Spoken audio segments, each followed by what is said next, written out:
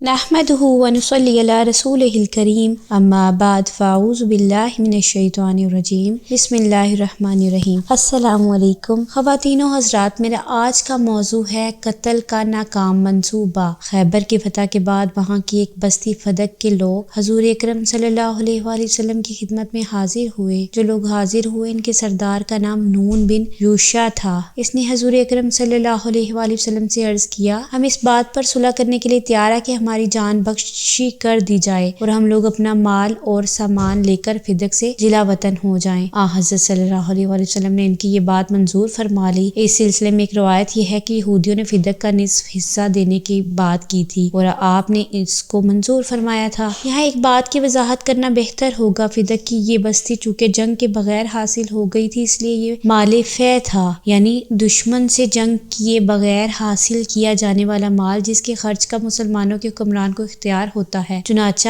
آپ اس کی آمدنی میں سے اپنے گھر والوں پر بھی خرچ کیا کرتے تھے۔ بنی ہاشم کے چھوٹے بچوں کی پرورش بھی اس کی آمدنی سے فرماتے تھے۔ بنی ہاشم کی بیواؤں کی شادیاں کرتے تھے۔ حضور اکرم صلی اللہ علیہ وآلہ وسلم کی وفات کے بعد حضرت ابوبکر صدیق رضی اللہ تعالیٰ خلیفہ بنے تو حضرت فاطمہ رضی اللہ تعالیٰ عنہا نے سمجھا کہ فدق کا علاقہ حضور اکرم صلی اللہ علیہ وسلم کی ملکیت تھا، لہٰذا مجھے وراثت میں ملنا چاہیے۔ چنانچہ انہوں نے حضرت ابوبکر صدیق رضی اللہ تعالیٰ عنہ سے درخواست کی کہ فدق کا علاقہ انہیں دیا جائے۔ ابوبکر صدیق رضی اللہ تعالیٰ عنہ نے انہیں مسئلہ سمجھایا اور فرمایا، رسول اکرم صلی اللہ علیہ وسلم نے فرمایا کہ ہم نبیوں کی میراث تقسیم نہیں ہوتی، ہم جو کچھ چھوڑ جاتے ہیں وہ مسلمانوں کے لیے صدقہ ہے۔ حضرت فاطمہ رضی اللہ عنہا مطمئن ہو گئیں اور پھر دوبارہ یہ مطالبہ نہ کیا۔ جس زمانے میں رسول کریم صلی اللہ علیہ وسلم خیبر پہنچے تھے اس وقت کھجوریں ابھی پکی نہیں تھیں، چنانچہ کچی کھجوروں کو کھانے سے اکثر صحابہ بخار میں مبتلا ہو گئے۔ انہوں نے اپنی پریشانی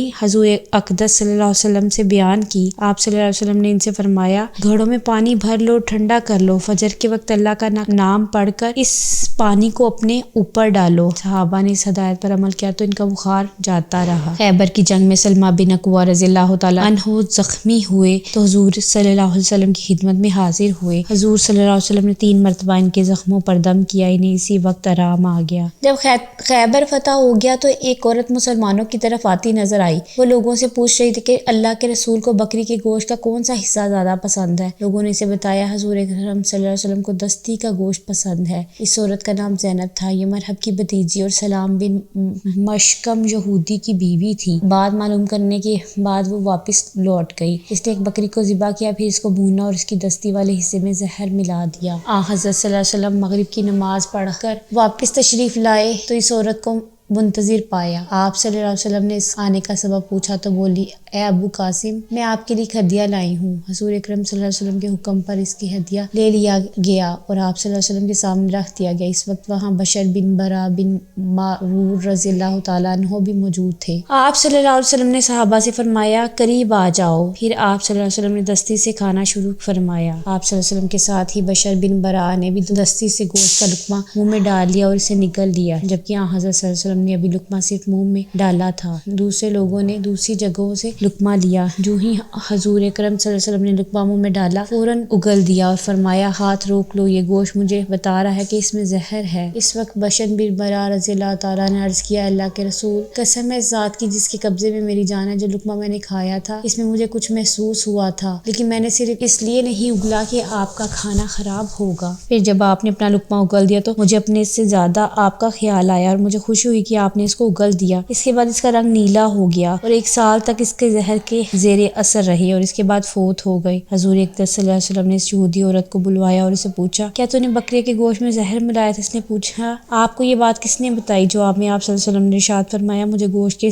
ٹکڑے نے یہ بات بتائی جو میں نے منہ میں رکھا تھا۔ اس نے اقرار کیا، ہاں میں نے زہر ملایا تھا۔ تب آپ نے اس سے پوچھا، تم نے ایسا کیوں کیا؟ جواب میں اس نے کہا، آپ لوگوں نے خیبر کی جنگ میں میرے بھائی اور میرے شوہر کو قتل کیا اور میری قوم کو تباہ کیا، اس لیے سوچا اگر آپ صرف ایک بادشاہ ہیں تو اس زہر کے ذریعے ہمیں آپ سے نجات مل جائے گی، اور اگر آپ نبی ہیں تو آپ کو اس زہر کے پہلے ہی خبر ہو جائے گی۔ اس کا جواب سن کر آپ نے اسے معاف فرما دیا، کیونکہ آپ اپنی ذات کے لیے کسی سے بدلہ نہیں لیتے تھے، البتہ مسلمانوں کو کوئی نقصان پہنچاتا تو اس سے بدلہ لیتے تھے۔ جہاں تک تعلق ہے بشر بن برا رضی اللہ تعالیٰ کا، تو وہ اس وقت فوت نہیں ہوئے تھے۔ خیبر کی جنگ کے بعد حضرت خالد بن ولید رضی اللہ تعالیٰ، حضرت عمرو بن عاص عباس اور حضرت عثمان بن طلحہ رضی اللہ تعالیٰ کے ایمان لانے کا واقعہ پیش آیا۔ اس بارے میں خود حضرت خالد بن ولید فرماتے ہیں، جب اللہ تعالیٰ نے مجھے عزت اور خیر عطا کرنے کا ارادہ فرمایا تو اچانک میرے دل میں اسلام کی تڑپ پیدا فرما دی اور مجھے ہدایت کا راستہ نظر آنے لگا۔ اس وقت میں نے اپنے دل میں سوچا تھا کہ میں ہر موقع پر نبی کریم صلی اللہ علیہ وسلم کے مقابلے اور مخالفت میں سامنے آیا اور ہر بار ہی مجھے ناکامی کا منہ دیکھنا پڑا۔ ہمیشہ ہی مجھے یہ احساس ہوا کہ میں غلطی پر ہوں۔ محمد صلی اللہ علیہ وسلم کا بول بالا ہو رہا ہے۔ پھر جب محمد صلی اللہ علیہ وآلہ وسلم عمرے کے لیے مکہ میں تشریف لائے تو میں نے مکہ سے غائب ہو گیا تاکہ آپ کے مکے میں داخلے کا منظر نہ دیکھ سکوں۔ میرا بھائی ولید بن ولید آپ صلی اللہ علیہ وآلہ وسلم کے ساتھ تھا۔ وہ مجھ سے بہت پہلے مسلمان ہو چکا تھا۔ اس نے مکہ پہنچ کر مجھے تلاش کرایا مگر میں وہاں تک تھا ہی نہیں۔ آخر اس نے میرے نام خط لکھا۔ اس خط کے الفاظ یہ تھے، میرے لیے سب سے زیادہ حیرت کی بات یہ ہے کہ تم جیسا آدمی آج تک اسلام سے دور بھاگتا پھر رہا ہے، تمہاری کم عقلی پر تعجب ہے۔ رسول اللہ صلی اللہ علیہ وآلہ وسلم نے تمہارے بارے میں مجھ سے پوچھا تھا کہ خالد کہاں ہے؟ میں نے عرض کیا اللہ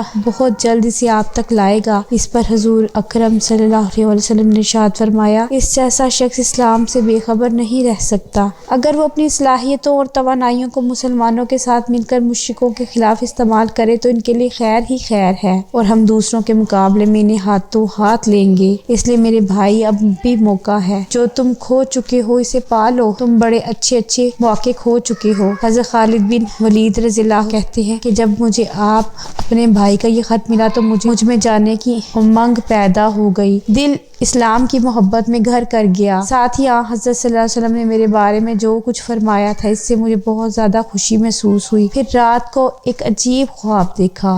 آج کا ٹاپک یہیں پہ اختتام پذیر ہوتا ہے، اسی خواب کو آگے کنٹینیو کریں گے۔ تب تک کے لیے اللہ حافظ۔